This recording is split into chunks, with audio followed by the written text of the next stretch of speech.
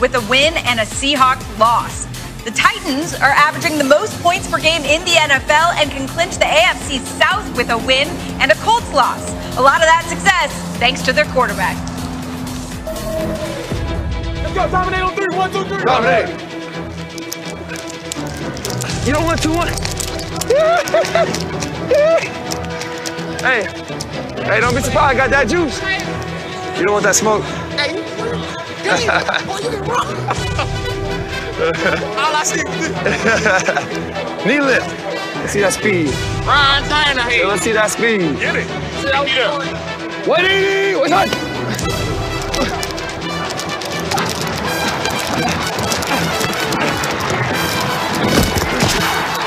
Let's go! Hey, I told you I had some jets, boy. Getting to the outside, to the 20. Great stiff arm! Oh, have some of that! Oh, yes! Ah, thanks. What? Yeah. Dang. He was waiting.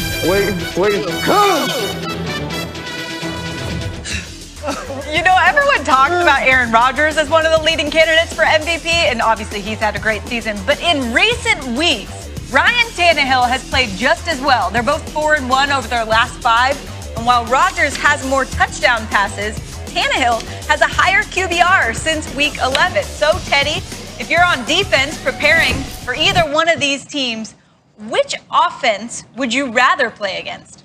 And they're both great. I'd just rather see Aaron Rodgers because I just think the Titans' threat is just so dangerous, and it plays mind games on you. And I'm going to tell you why I don't like offensive players sometimes, Sam. And here's one right here, and I'm going to ask you a question. You ever been in a play action, an offensive meeting, and you go over play action passes and play fakes, and you laugh at defenders? Oh, yeah, it's so fun. Because they just bite on fakes. Yeah, you like when they look silly. You like to run it back, slow motion. I love it. And this is what we go through for the play fake. So let me show you in a way that Matt would understand about play action passes right here. You see this emoji, that wink emoji? That's where the ball will be caught. If the Steelers linebacker Spillane just stays there, he would have got an interception. But you know who that is. That's Derrick Henry. He got to come up. And you hear the laughter in meetings. It's like, man, why are they doing this to me? They laugh at you. And there's an LOL emoji right there. All right, watch this linebacker right here. I got to come up. If I would have stayed right there, and yes, the laughter, you hear it, that type of stuff. And if I'm a DB, if I'm a defensive back, why in the world would I jump on play action pass like Marcus Peters does right here? I'll tell you why he jumps on play action pass. This is why. He sees it in his nightmares. He sees it in his dreams. So boom, step it up, and that's all you need. One step.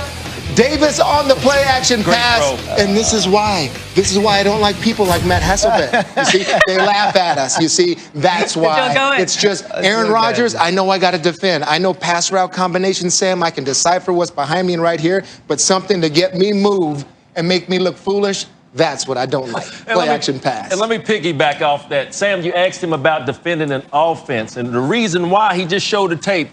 You're talking about fourth year receiver Corey Davis, 5th overall pick in the draft 4 years ago. They just drafted A.J. Brown in the 2nd round last year. So you talking about a 2-headed monster at the wide receiver position coming at you full speed, and then you know how they're making some hay and making a lot of money because of that King Henry in the backfield. Everybody understands what A.J. Brown brings to the table, but I want to talk about Corey Davis in just his 4th year. In the play-action passing game for the Tennessee Titans, Tannehill's completing 84% to Corey Davis. So you're talking about defending an offense. You got to defend this offense from goal line to goal line. And the reason why is the emergence of a guy like Corey Davis. They drafted a few years back. Now they got 2 guys on the outside. So the Green Bay Packers tonight going to have their work cut out for them. Brew, it was a great tape you put with the play-action tape that's going to lure the safety, draw the linebackers in tonight. You're going to give them 2 big wide receivers, Brown and Corey Davis, a way to catch the ball and run after a catch. It's a big game going tonight, and I like what the Titans wide receivers are doing. You know who's my buddy has got to stop this offense, Mike Pettin, but he's done a tremendous job. And I tell you what, if this team, the Green Bay Packers, are going to go deep into the playoffs, which I think they will, it's not just going to be based on their offense. It's going to be the play of their defense. And over the last several weeks, this defense has really picked it up. So I can't wait to see this matchup. Yes, you have to have a plan to stop Derrick Henry. You got all those great receivers run after the catch guys. But I think Mike Pettine's crew is going to be up to this task. We'll see. Let me make a quick point for you, Matt. One thing that Tennessee catches a lot of defense off guard is the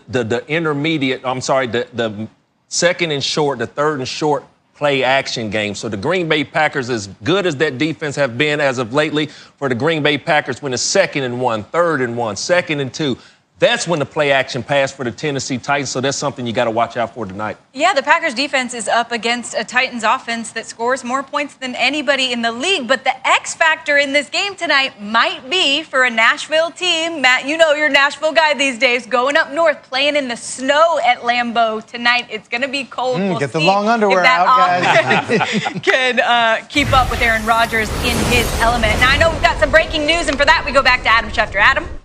All right, Sam, Washington will start Dwayne Haskins today against Carolina as it tries to clinch the NFC East. Quite a week for Dwayne Haskins, who obviously is spotted out at a strip club, loses his captaincy, is fined, and now has to step in and start. He had been taking the starters reps all week long. This was the sense in the organization all week long that Dwayne Haskins would be the guy that they would have to lean on. And the fact of the matter is, Alex Smith could not function at the level he would need to run that offense all week long. And so Washington, in a week where it was disappointed in Dwayne Haskins, now needs to get the best from Dwayne Haskins as it tries to clinch an NFC East title. Yeah, pressure's on for him, Adam. I think obviously they wanted to play Alex if he was healthy, given the circumstances, Matt. But how do you think this changes not only the game plan, but kind of the mentality of the team today? Well, I think it changes the mentality for Carolina. I think Carolina gets this Adam Schefter tweet, and they're fired up. I mean, they're hoping to play Dwayne Haskins. Dwayne Haskins is a guy that's not put good tape out there. Leaving aside all the off-the-field stuff, his quarterback film isn't very good. So I think that's part of it. And then this Carolina team is a better team than I think people realize. In the second half last week against Green Bay, they were pretty good. I think Carolina should have a good day today against Dwayne Haskins in that offense. I think some of us were waiting to make our pick on this game that we're going to make later in the show until we got that news, and now we know Dwayne Haskins will get the start. Let's go to a huge game in. And it started on, I mean, when he was on our show, and I talked to him, I'm like, man, this guy's getting it. And it wasn't just lip service. And so today, he's got to be the guy out front saying, dude, it doesn't matter, man. We got ourselves. Yeah. We're built for this. We have a lot of good players. They're bringing up some guys on the practice squad. How many times, guys, do we sit back and say, I know as a coach, it's like, and we all experience it. Every single person in this room is going to play a role in us being successful. And we say it from jump. Yeah. Every practice squad player and all that. And it always has to happen.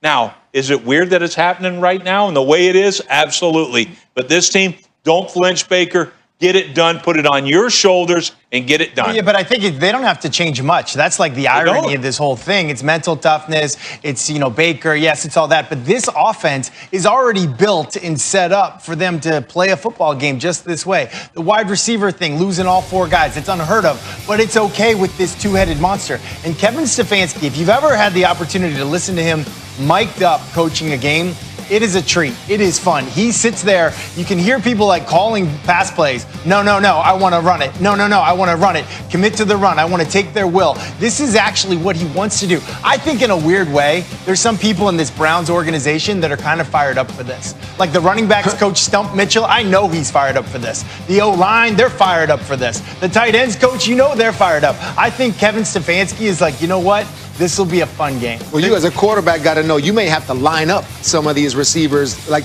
literally tell them where to go because they don't know what to do. And listen, as a quarterback, people don't realize this. When you study your game plan, you spend, I'm talking, more time on the run game rules and the run game checks than you do on the pass game stuff. The pass stuff's easy, but Baker Mayfield at the line of scrimmage, because the other team's going to know you're running the ball. Your audibles at the line of scrimmage, all this stuff, you hear it now with no crowd, kill, alert, can, like all that kind of stuff. It's on Baker. Like whether these runs work or not, it's going to be on Baker and Stefanski, how they sort of scheme it up. I'm excited to watch it. This is, ironically, like like this is a game you shouldn't want to watch. This is a game I'd love to watch. Yeah. Randy, I'm actually curious, not that you have a whole lot of experience on a practice squad, but for these practice squad receivers that have gotten pulled up, what do you think this is like for them? Like, what's a normal week like for a practice squad receiver that's different if you're going to be active? Well, the thing that a lot of the football fans need to understand, what a practice squad player, Wednesday, Thursday, and Friday are their best days. That's the days that they get paid. The guys on the 53-man roster, they get paid on Sunday. So less than 24 hours when the coach comes in and start calling guys from the practice squad, hey, you're up this week, you're up this week, you're up this week. And then you heard Mort talking about their walkthrough this morning. The Cleveland Browns cannot go into a game like this where they think that this game is going to favor them. They cannot stick their toe in the water. They have to be able to dive in. And, Matt, there's a name that you kept naming, Stefanski. You think about what type of job Coach Stefanski has done this year. You think how they started out. You think about after the injury to OBJ, what the club and what the team looked like. Now you're sitting there taking your whole wide receiver core. So you're talking about coach of the year. We sit here and gave Brian Flores some love a couple minutes ago, but you're talking about coaches coach, players play. This is a big game for the Cleveland Browns. Coach Stefanski, regardless of the two-headed monster they have back there, he has to have a complete game. Special teams, defense, and